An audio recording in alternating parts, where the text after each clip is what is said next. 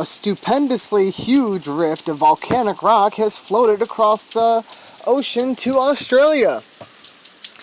A gigantic fleet of floating rocks spewed up from an underwater volcano in the Pacific Ocean, floated across the waves for thousands of miles. Eventually, it made it all the way to Australia, then started on a new project revitalizing the world's largest and very threatened coral reef system. This unlikely chain of events may sound somewhat incredible, but it is entirely a true story. One of that has played out dramatically over the last year, while highlighting the surprising, largely unseen ways in which Earth's natural environmental systems intersect with one another. Stranger still, it's not the first time this has happened. An eruption in 2001 from the same submarine seamount, a nameless volcano, simply dubbed Volcano F or 0403-091, located near the Varo island in Tonga, produced a similar rocky flotilla, which also voyaged on the currents to Australia over the space of a year. When this phenomena occurs, it creates what's called a pumic rift, a floating platform composed of countless chunks of bitumen and highly porous volcanic rock. Each one of these small rocks attracts marine organisms including algae, barnacles, corals, and more. This tiny traveler ends up hitching a ride across the ocean, and they can help seed and replenish endangered corals systems at their ultimate destination, for many, the Great Barrier Reef. Each piece of the pumic has its own little community that has been transported across the world's oceans, and we have had trillions of pieces of this pumic floating out there, following the eruption, says geologist Scott Bryant from the Queensland University of Technology in Australia. Each piece of the pumic is a home, and a vehicle for an organism, and it's just tremendous. The sheer numbers of individuals and this diversity of species is being transported thousands of kilometers in only a matter of months is really quite phenomenal. Brian knows a thing or two about these pumic migrations. He's been studying the volcanic rifts for 20 years, investigating the 2001 eruption and its 2019 successor, which started washing up on Australia's shores in April. And other underwater eruptions as well.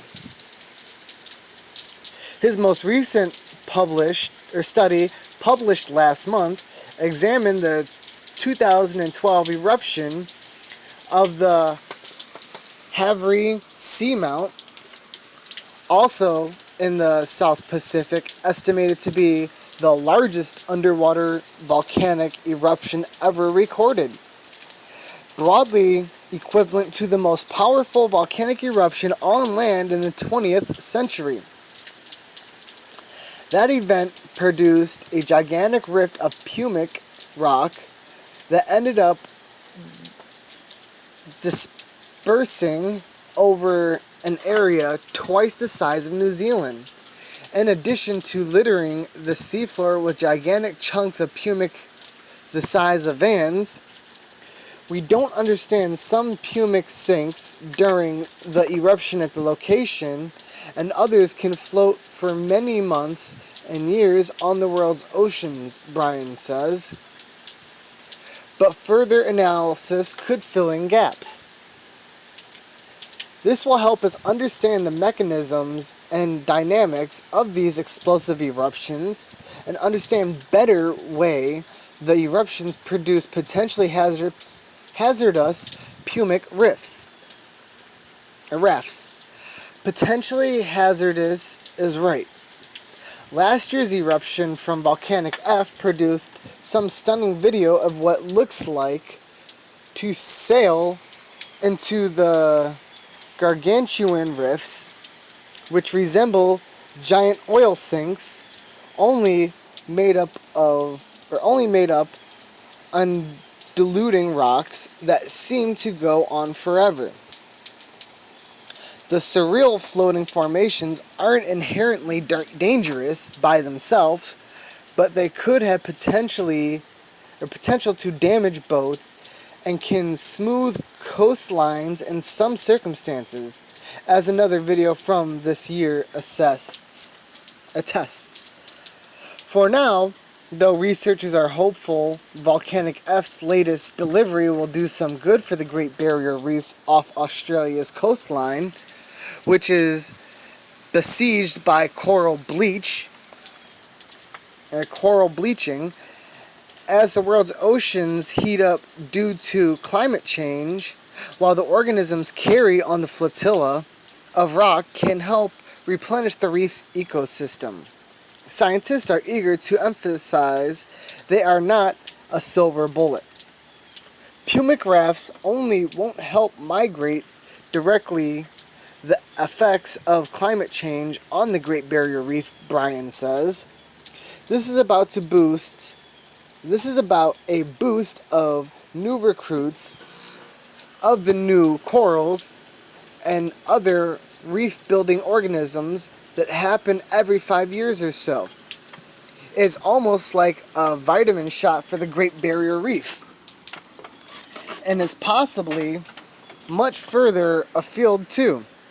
The 2019 pumic raft, which a year ago measured approximately 20,000 football fields in size, can now be found all the way along the Australian east coast from Townsend and Queensland's north to northern New South Wales, spreading out over more than 1,300 kilometers of coastal line.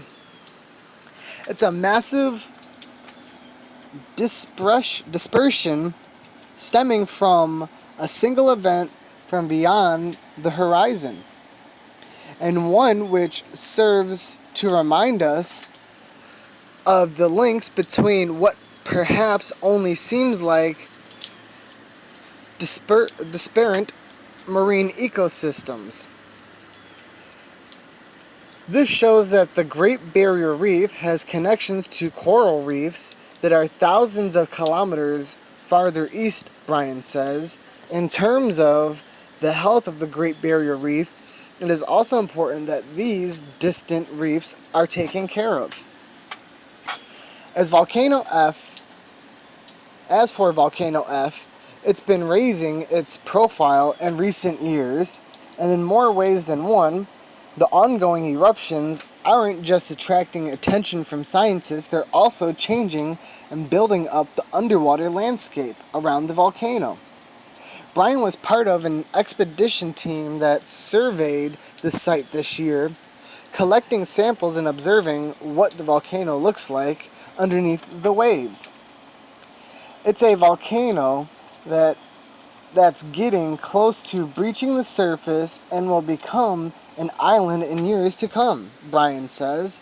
We've seen what that can look like in other parts of the world, and it makes for a pretty amazing spectacle instead of a gigantic volcano rafts. Entire pop-up islands emerge out of the ocean. Volcano F was already a great story, but it looks like the next chapter may be even more incredible.